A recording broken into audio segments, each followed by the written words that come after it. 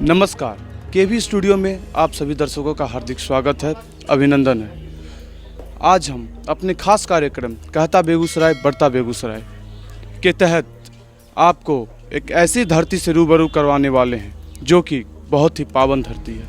आज हम बिहार राज्य के समस्तीपुर जिले के विद्यापति नगर में हैं। यहाँ विद्यापति धाम है। इसे हम भक्त और भगवान के संगम मिलन की भी धरती कहा जाता है। जी हाँ, तो यह है विद्यापति धाम। यह धरती महान कवि विद्यापति जी की धरती है। वह भगवान श्री शंकर के अत्यंत भक्त थे। उनकी भक्ति से ही भगवान यहाँ प्रसन्न होकर उनके घर उगना के रूप काम किए।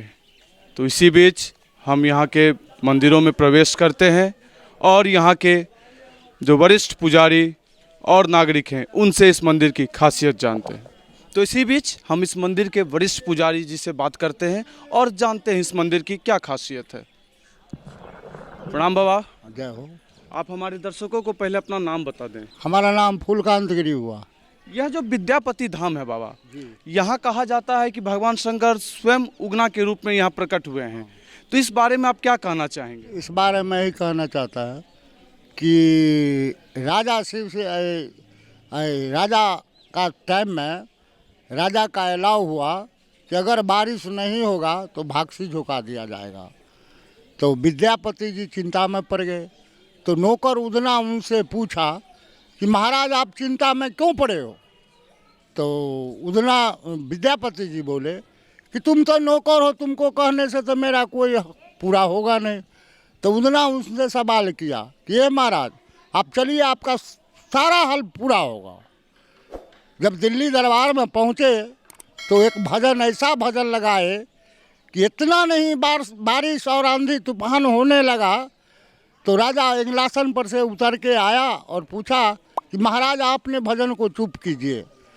विद्यापति जी भजन को चुप किया, बारिश बंद हो गया। तो राजा कहा विद्यापति जी से कुछ मांगो। कहा मुझे कुछ नहीं चाहिए, हमरा जितने साधु संत कराकर जेल में बंद किए हो उस साधु संत को रिहाई किया जाए। राजा का ऑर्डर हुआ, साधु संत को कराकर जेल से निकाल दिया गया। फिर विद्यापति जी गए, कहे महाराज आज्ञा दीजिए। कहा नहीं मांगो कुछ। कहा मुझे कुछ नहीं चाहिए, अब हम अपना घर चलेंगे। तो 20वीं ग्राम दरभंगा जिला लिख दिया गया एक कोना कि अभी भी कितनों हर चलेगा तो एक कोना परतिए रहता है अभी भी। विद्यापति जी वहाँ से चल दिए। नंदी वन में जब आए तो इनको प्यास लगा। तो नौकर से सवाल किया कि उदन अब हमको जल पिलाओ। तो उधर नौकर उनसे सवाल किया, ए महाराज यहाँ कोई नहीं तालाब नहीं पोखरा, हम जल कहाँ से ला कर पिलाओ? तो नहीं लावा तो हमारे तो प्राण छूटा। तो भगवान सोचे उधर क्या भक्त है, इसको जल ला कर नहीं देते हैं तो ठीक काम नहीं है। कहा ए महाराज कमंडल लाइए। कमंडल लिया, तुलतुलाते हुए गाछ के निकट जाके दूरी में वो अपना जटा खोल के जल भर लिए और जल भर के और फिर नौकर के रूप में विद्यापति जी के पास चले आए जल लेके। तो ऐसे कमंडल वाला जल किया तो नैन जो दिखाई दिया तो डायरेक्ट गंगा जल है। तो नौकर से पूछा, ए उदना इस सत्य हाल बताओ, ये तो गंगा जल है, बताओगे तो पिएंगे, आने तो नहीं पिएंगे। तो कहा ए महाराज एक गाय का खूर था, उसी में से मैंने काट कर लाया हूँ, ये गंगा जल नहीं है। गाय का खूर था उसी में था, उसमें से निकाल कर मैंने लाया हूँ। कहा नहीं उदन, ये जल को सत्य हाल बताओगे तभी हम ग्रहण करेंगे, नहीं तो नहीं करेंगे। तो कहा ए महाराज सत्य करना होगा वही शर्त, जहाँ आप किसी से कह दीजिएगा वहाँ आपको हम साथ छोड़ देंगे, और जहाँ आप प्राण को रखिएगा वहाँ हम आपको फिर मिल जाएंगे। तो कहा बताओ। तो वो अपना एकदम विराट रूप दिखा दिए विद्यापति जी को। तो विद्यापति जी अब आश्चर्य में पड़ गए कि तो डायरेक्ट भोले बाबा मेरे यहाँ नौकरी करता है। तो विद्यापति जी जल को ग्रहण किए और वहाँ से उठ के चले। जब घर आए तो विद्यापति जी माँ दुर्गा का बहुत भक्त थे। तो घर पे आए, उनका पत्नी का नाम मनाइन थी और विद्यापति जी अपना पूजा करने के लिए गए और उनका पत्नी कोई चीज़ लाने के लिए भेजे बाहर चला उला फरने के लिए। तो वहाँ उनका मनाइन का लेट हो गया तो फिर चला अपने आप फट गया, फिर बोझरी बना गया, फिर उधन अपना बोझरी लेके आ रहा था। तो एक मनाइन जो थी खाना बना रही थी और विद्यापति जी पूजा कर रहा था। विद्यापति जी पूजा कर रहे थे, उदना के ऊपर जलती लुक्का चूल्ही से निकाल कर मारने के लिए उठा कि विद्यापति जी का ध्यान गया, ध्यान टूटा तो वहाँ से देखता हुल्की मार के तब वहीं से कहता है ये भोले शंकर के ऊपर तूने जलती लुक्का लेके चला रहे हो, ये काम ठीक नहीं। कि विलीन हो गया, विलीन हो गया। जो उगना के मोरा दे तन खोज, उनका सोना चांदी कंगन दे वन बोझ। तो उनको कौन खोज कर ला कर देता? अपने गांव समाज से बोले, बाल बच्चा उनको पुत्र नहीं था विद्यापति जी का। वो अपने समाज से माता पिता से बोला अब हमको चामत घाट पहुंचाओ। ये चामत घाट बहुत प्रसिद्ध घाट है। राजा जनक जी जनकपुर धाम से नित्य प्रतिदिन गंगा स्नान करने के लिए आते थे। ये चामत घाट प्रसिद्ध है, पटना नहीं है, सिमरिया नहीं है, जमटिया नहीं है, लेकिन चामत घाट प्रसिद्ध घाट है। तो वो अपने गांव समाज से बोले यहाँ वहाँ से चले। जब यहाँ पर आए तो एक बालक गौ चरा रहा था। तो बालक से पूछा, ये बालक बताओ गंगा कितना दूरी है? ये बालागत परगना भी है। बालक से पूछता है इतना यहाँ से गंगा कितना दूरी है? तो बालक ने बताया महाराज 3 कोस है। यहीं पर विद्यापति जी रुक गए। अंतिम भजन विद्यापति जी का, बड़ा सुख सारा पवल तू अतीरे, छरई तनी काटना नैना बाहनी रे। विद्यापति जी कल जोर के ठहरा हो गए, कल जोर बीमा मयो विमला तरंगे, मतलब मेरे लिए गंगा तरंग से चल चुका है। कल जोर बीमा मयो विमला तरंगे, अब दर्शन दे रहा है। पुण्य दर्शना होए पूर्णिमाती गंगे, एक अपराध।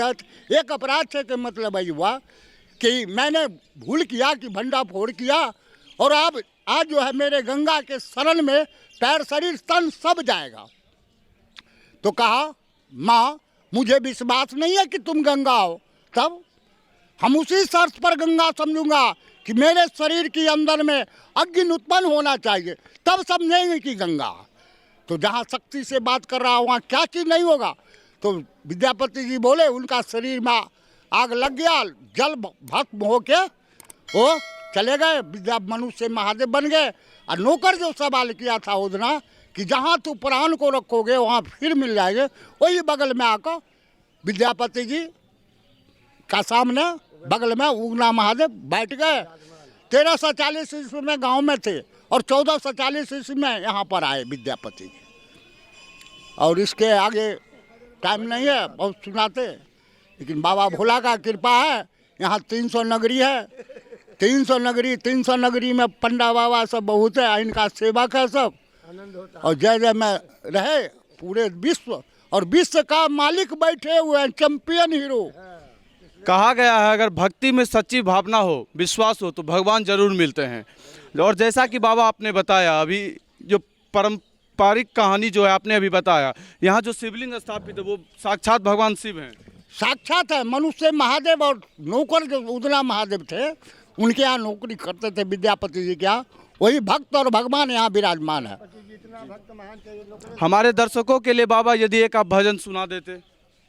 जय जय भय रवि असुर भयावनी, पशुपति बिल माया, सहज सुमति बर दियऊ गोसावनी, बासर सवासन शोभित बासर।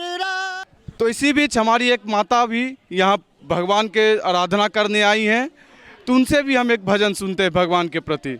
हाँ, लेकिन अब यहाँ आज विद्यापति के दर्शन बहुत महान भक्ति होता है, इसीलिए आज मैं आ गई।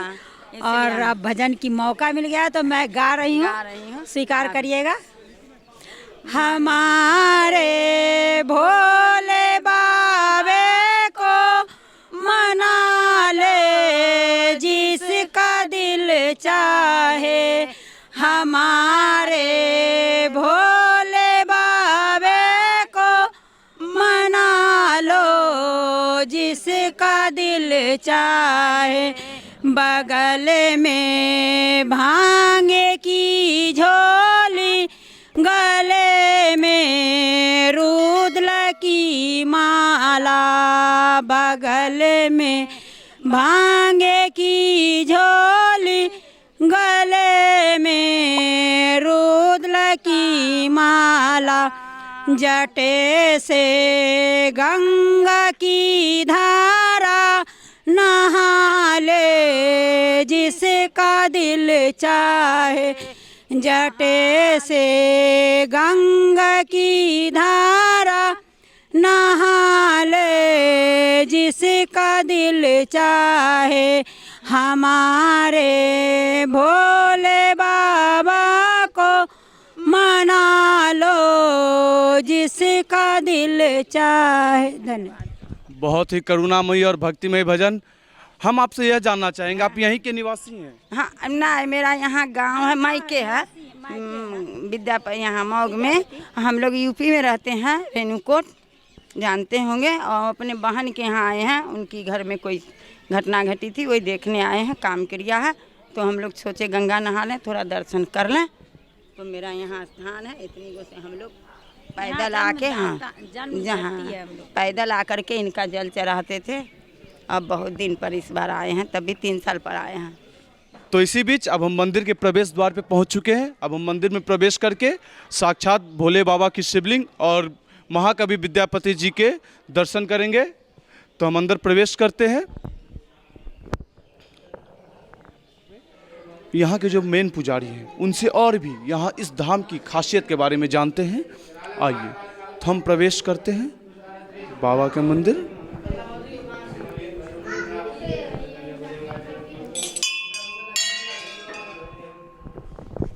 जैसा कि आप देख सकते हैं, यह साक्षात विद्यापति जी की स्थापना और बाबा का शिवलिंग आप साक्षात यहाँ देख सकते हैं।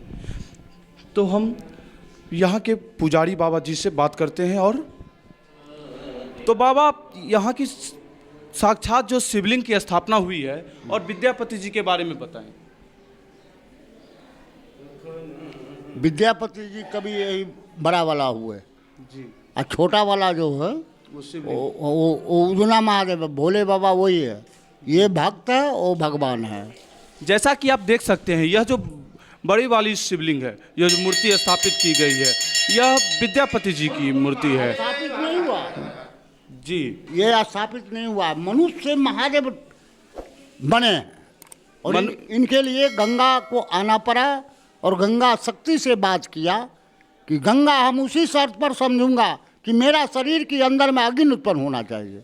तो विद्यापति जी का जहाँ शक्ति से बात किया और इनको शरीर में अग्नि उत्पन्न हो गया। पूरा धनक उनक के लहव को के एकदम राख बन गए और गंगा मैया चले गए। और भगवान इनसे जो सत्य किया था कि तुम प्राण को जहाँ रखोगे वहाँ हम फिर मिल जाएंगे, वही उदना महादेव छोटे वाले बाबा बगल में आके बैठ गए। वह जो साक्षात भगवान का जो ये दर्शन हो रही है, ये बहुत पहले से ही स्थापना है या इसे बाद में अलग से एक शिवलिंग का रूप दिया गया है? नहीं, स्थापना नहीं है, डायरेक्ट मनुष्य से महादेव है और डायरेक्ट भगवान है। यहाँ भक्त और भगवान दोनों हैं। बाबा धाम जो है से रावण का स्थापित किया हुआ है, लेकिन यहाँ वह स्थापित नहीं किया हुआ। मनुष्य से महादेव डायरेक्ट बने। शंकर भगवान इनके यहाँ खुद नौकरी करते थे उदना का रूप में। और बाबा, यहाँ किस महीने में अक्सर पूजा के लिए भक्तों की, श्रद्धालुओं की भीड़ उमड़ती है? सावन में, सरस्वती पूजा में, पंचमी दिन, भादो चतुर्दशी, ये सब प्रसिद्ध है। और यहाँ भक्तों की मनोकामनाएं पूरी होती है बाबा? बहुत मनोकामना। जिनको 70 बरस उम्र में पुत्र दिया वो मंदिर बनाया, लेकिन वो अपना नाम नहीं दिया। मंदिर बना हुआ है, पूरे में पथले से ईंटा पीटा कुछ नहीं है। और यहाँ बाबा कितने दूर दूर से भक्त बाबा के दर्शन के लिए आते हैं? बहुत बहुत दूर से आदमी आते हैं। श्रीमती गांधी भी आए थे, लेकिन इंदिरा गांधी जब आए 84 में तो उनको बोला कि बम सेट है मंदिर में। लेकिन इस मंदिर के अंदर में जो जब भी आएगा कोई भी, एक सियान मिलेगा तो मिलेगा, नहीं तो बालक जरूर मिलेगा इस मंदिर के अंदर में। इस मंदिर में सालों भर पूजा होती रहती है? हाँ, सालों भर पूजा होते रहता है। कोरोना में भी पूजा होते रहा है, बाबा का कृपा है तो। जी, यह जो कोरोना में बीच में जो कुछ समय पाबंदी रहा, बंद रहा, उस महीने में ये इस मंदिर की क्या स्थिति रही? इक्का दुक्का केवाड़ी टूटा हुआ था, इक्का दुक्का आदमी आते थे, पालन होता था, लेकिन लोकले सब समाज के आदमी अपना बाबा को, इनको अगर नहीं जल पिलाने पर दुनिया प्रलय हो जाता। जी। और यहाँ बाबा उगना और महाकवि विद्यापति जी के अलावा और भगवान का यहाँ मंदिर स्थापना है। यहाँ स्थापना है पार्वती जी का, बजरंगबली का, बस नंदी का, काल भैरव का, शनिदेव का, माँ दुर्गा का। और आप हमें यह भी बताइए, यह जो विशाल मंदिर की स्थापना की गई है, यह किनके द्वारा जीर्णोद्धार किया गया है? ये मंदिर जो है बना है, भक्त भगवान है, जिनको 70 बरस अवस्था में पुत्र दिया, वो अपना मंदिर बना दिया, वो अपना नाम नहीं दिया, और सब जिनको भक्त को श्रद्धा पूरा हुआ तो पार्वती बना दिए, जिनको श्रद्धा हुआ बजरंगबली बना दिए, जिनको श्रद्धा हुआ नंदी की सवारी बना दिए, किसी को पूरा हुआ तो लक्ष्मी गणेश जी का मूर्ति बैठा दिए, बना दिए, किसी को पूरा हुआ दिल्ली कचरी बेच के तो शनिदेव का मंदिर बना दिए, किसी को पिस्तौल गोली भिड़ा दिया, रुपया का सवाल किया तो उसको मनोकामना पूरा हो गया तो मंदिर बना गया, उसका जान बच गया, मंदिर बना दिया। तो इसी बीच हम यहाँ आए हुए और भी श्रद्धालु और भक्तों से भी बात करते हैं, इस मंदिर में पूजा अर्चना करके भक्तों को कैसा लगता है। तो इसी बीच हम यहाँ एक भक्तजन से बात करते हैं इस मंदिर के बारे में। नमस्कार सर। सर आपका शुभ नाम क्या होगा? सुरजीत कुमार। सर आप हमारे दर्शकों को यह बताएं, इस मंदिर पे जो आप भगवान की आराधना करते हैं, किस उद्देश्य से इस मंदिर पे आए हैं? ये मंदिर से उद्देश्य से आए हैं कि यहाँ पे मनोकामना पूरा होता है, और बहुत दिनों से ही यहाँ पे बहुत पुराना मंदिर है, इसलिए इस मंदिर पे आते हैं। आप हर साल यहाँ आते हैं? हाँ, हर साल आते हैं। जी सर, आपका निवास स्थल कहाँ पे हुआ? मेरा हुआ ताजपुर। ताजपुर जी, समस्तीपुर। समस्तीपुर। आप यहाँ लगभग आते रहते हैं? हाँ, लगभग आते रहते हैं, सावन में भी आते हैं। आपका ऐसा क्या मानना है, यहाँ बाबा से जो मनोकामनाएं मानती है पूर्ण होती है? जी, पूर्ण होती है। बहुत बहुत धन्यवाद। जैसा कि हमारे एक भक्तगण ने बताया, इस मंदिर में जो सच्चे दिल से भावना से जो पूजा करते हैं, बाबा से मनोकामनाएं मांगते हैं, वो अवश्य पूर्ण होता है। तो यहाँ विराजमान माँ दुर्गा के हम दर्शन करते हैं। जैसा कि आप देख सकते हैं, अभी इस मंदिर में ताला लगाया गया है, कुछ कारणवश इस मंदिर के अंदर प्रवेश नहीं कर सकते हैं। भक्तगण बाहर से ही माँ का आशीर्वाद प्राप्त करते हैं।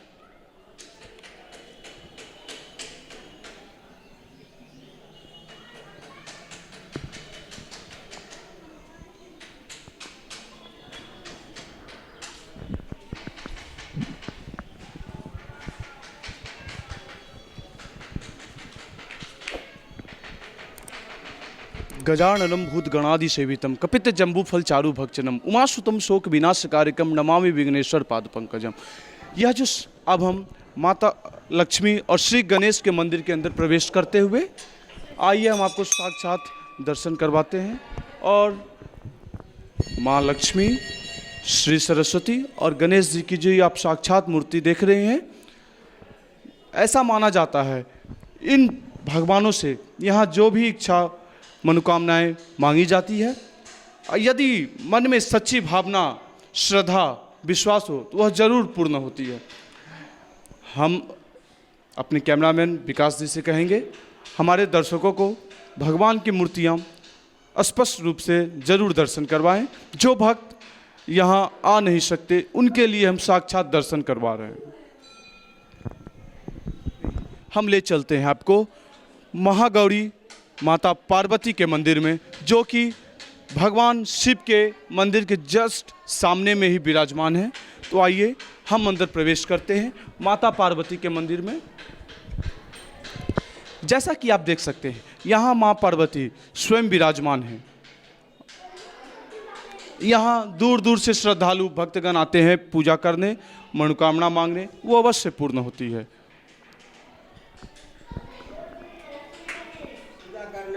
तो हम बात करते हैं।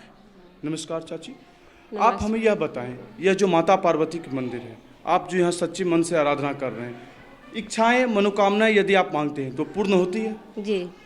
आप कहाँ से आए हैं यहाँ पूजा करने? हम मांदा, ग्राम मांदा। आप अक्सर यहाँ आते हैं पूजा करने? हाँ, सप्ताह या महीना में आते हैं एक बार। यहाँ कि आपको लगता कैसा है, मतलब किस प्रकार का आपको महसूस होता है? यहाँ भगवान शंकर विद्यापति महादेव का हम लोग आराधना करने के लिए आते हैं और मनोकामना सिद्धि होने के बाद भगवान का पूजन करने आते हैं। बहुत बहुत धन्यवाद। पवन पुत्र हनुमान चंद्र की जय, सियापति रामचंद्र की जय। यहाँ पे जैसा कि हम देख सकते हैं साक्षात बजरंगबली जी की स्थापना की गई है, जो कि श्री राम के अत्यंत प्यारे थे। भगवान बाबा बजरंगबली की भी हम साक्षात दर्शन कर सकते हैं यहाँ। और भी साथ में महादेव के अलावा माता गौरी, श्री गणेश, महालक्ष्मी, पवन पुत्र हनुमान, माँ दुर्गे, सरस्वती माता और शनिदेव की भी यहाँ साक्षात प्रतिमा स्थापित है। जैसा कि आप देख सकते हैं यह विद्यापति धाम में शनिदेव महाराज की भी प्रतिमा स्थापित की गई है। ऐसा कहा जाता है शनिदेव की पूजा शनिवार के दिन तेल अर्पित करके की जाती है। तो हम इसी प्रकार अंदर प्रवेश करते हुए बाबा शनिदेव का दर्शन करते हैं।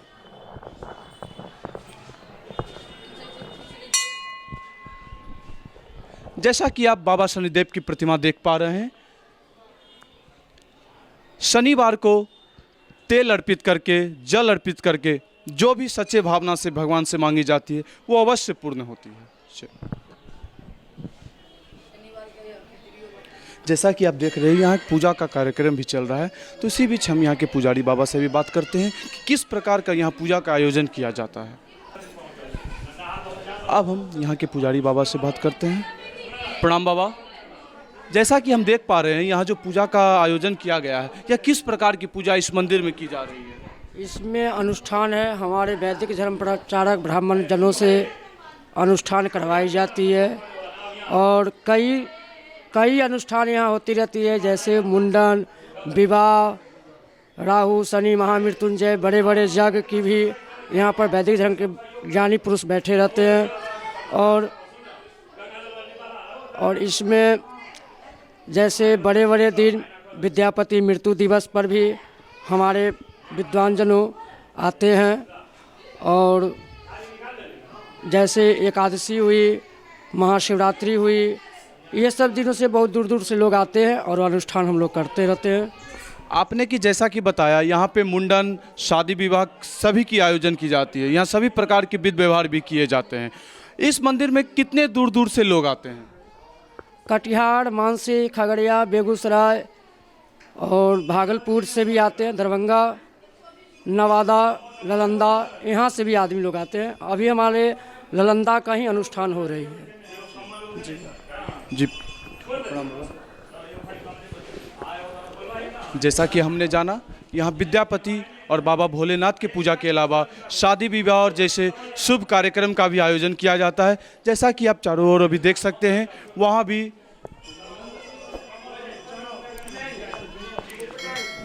जैसा कि आप देख सकते हैं वहाँ भी उपनयन संस्कार की आयोजन की तैयारियां चल रही है। यहाँ दूर दूर से लोग आते हैं। किसी का मान्यता रहता है इस मंदिर में मुंडन संस्कार, उपनयन संस्कार और शादी विवाह भी करने पे उन्हें बहुत ही शांति प्राप्त होती है, ऐसा उन लोगों का मानना है। ओम भगवते नमो वासुदेवाय नमः। जैसा कि आप देख पा रहे हैं यहाँ पवन पुत्र हनुमान जी, महादेव शंकर और नारायण भगवान की विशाल मूर्ति की स्थापना की गई है। हम एक नज़र इन मूर्तियों पे, प्रतिमाओं पे भी डालते हैं और सामने हम जैसा कि देख पा रहे हैं कुछ दुकान भी, मिनी बाजार दुकान लगी हुई है। हम वहाँ थोड़ा सा एक नज़रिया डालते हैं किस प्रकार का वह दुकान है और कितने रेट पे कैसे कस्टमर वहाँ आ रहे हैं, किस प्रकार की सुविधाएं यहाँ श्रद्धालुओं के लिए दी गई है। जैसा कि हमने भी मंदिर से बाहर की ओर प्रस्थान किया है, आप देख पा रहे होंगे यहाँ विभिन्न प्रकार की दुकानें भी सजी हुई हैं। तो इसी बीच यहाँ श्रद्धालुओं के लिए, दूर दूर से आए भक्तजन के लिए चाय नाश्ता का भी प्रबंध किया गया है। तो इसी बीच हम दुकान वाले भैया से बात करते हैं। आप हमें यह बताएं, यह जो आपकी दुकान, जो आप यहाँ पे दुकान लगाए हुए हैं, इसमें श्रद्धालुओं को किस प्रकार की सुविधा मिल रही है? बहुत अच्छा प्रकार का सुविधा मिल रहा है। चाय नाश्ता, धाम पर पूजा पाठ करने के लिए आते हैं, यहाँ पर नाश्ता पानी करते हैं। यहाँ कितने दूर दूर से लोग आते हैं? बहुत दूर दूर से आते हैं, काफ़ी दूर दूर से आते हैं। तो सावन ऐसे पावन महीने में तो यहाँ खचाखच भीड़ उमड़ी रहती होगी? हाँ, भीड़ तो बहुत लगता है, लेकिन इस बार लॉकडाउन की वजह से नहीं लगा। इस बार लॉकडाउन की वजह से नहीं लगा। तो आपका यह जो बिजनेस चल रहा है चाय की, जो आप श्रद्धालुओं को स्वीकार के रूप में देते हैं, वो अभी कैसा चल रहा है? अभी बहुत मध्यम गति चल रहा है। अभी मध्यम गति में चल रहा है। जी बहुत बहुत धन्यवाद। इसी तरह हम आगे बाजार की ओर बढ़ते हुए हम अपने कैमरामैन विकास जी से कहेंगे, यहाँ सारे दुकान और बाजार की एक छाया प्रति हमारे दर्शकों को भी दिखाएं।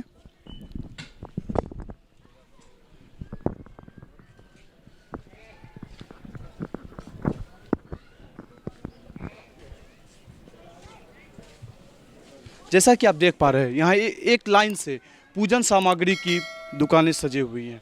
पूजन की हर एक सामान यहाँ पे उपलब्ध है। तो इसी बीच हम बात करते हैं दुकान वाले भाई साहब से। नमस्कार सर।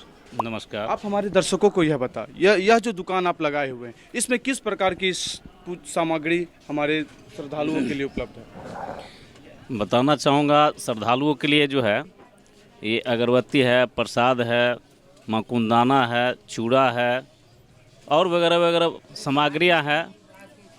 और प्लस जो भक्त यहाँ पर जिस कामना से आते हैं वैसा वैसा जो है अपना जो है सामग्री लेते हैं और उनका मनोकामना पूर्ण होता है। उचित मूल्य पर यहाँ भक्तों के लिए सामग्री उपलब्ध है? जी जी बिल्कुल। तो यह सर जो लॉकडाउन लगा है, बीच में लॉकडाउन लगा, कोरोना काल आया, इसमें सर आपका या जो आप दुकान लगाए हुए उसमें आपकी क्या स्थिति रही? उसमें तो बहुत बेहतर स्थिति बना हुआ था, क्योंकि मंदिरें सीज हो गया था और मंदिर जब सीज हो जाएगा तो हम लोगों की तो स्थिति तो खराब होगा ही। हम रोड पर आ गए थे और प्रभु ने चाहा है, फिर जो है लॉकडाउन टूटी है तो यात्रियों का आना जाना चालू हुआ, तो थोड़ा रौनक मंदिर में आई है। जैसा कि हम अपने विकास जी को कहेंगे, यहाँ सिंदूर, प्रसाद और भी कई प्रकार के जनेऊ, अगरबत्ती, सारे प्रकार की पूजन सामग्री यहाँ उपलब्ध है। और जो सामने जो वह कुआं दिख रहा है, उस कुआं के बारे में आप क्या कहना चाहेंगे? ये कुआं जो है शिवगंगा के रूप में मानी गई है और शिवगंगा वास्तविक है ही। इसका पवित्र जल जो है भोलेनाथ पर चढ़ता है और साइड से जो नल कूप लगा हुआ है वो पैर हाथ धोने के लिए है और वो कुएं का जल सिर्फ भोलेनाथ पर चढ़ा जाता है। जी जैसा कि हमने जाना, यह कुआं शिवगंगा के रूप में यहाँ विराजमान है। इस शिवगंगा से ही जल लेके यहाँ भगवान भोलेनाथ और अन्य सभी भगवानों को अर्पित किया जाता है। तो जैसा कि आज हमने भक्त और भगवान के पावन धरती विद्यापति धाम का दर्शन किया, यहाँ की सारी खासियत को हमने जाना, किस तरह यह मंदिर विराजमान हुई और किस प्रकार के यहाँ सुविधाएं मिल रही हैं, किस तरह के भक्तजन श्रद्धालु कितने दूर दूर से यहाँ आते हैं। एक एक चीज़ को हमने यह जाना। यहाँ शिवगंगा, दुकान, भगवान की मूर्ति, विद्यापति जी की मूर्ति और जितने भी चीज़ें हैं, हमने एक एक चीज़ को बारीकी से देखा। भगवान से यही दुआ करते हैं हमारे दर्शक और जितने भी लोग हैं सब पर अपनी असीम कृपा बनाए रखें। फिर हम मिलते हैं अगले एपिसोड के साथ। धन्यवाद। मैं बसंत राज, कैमरामैन विकास कुमार जी के साथ, विद्यापति धाम। धन्यवाद।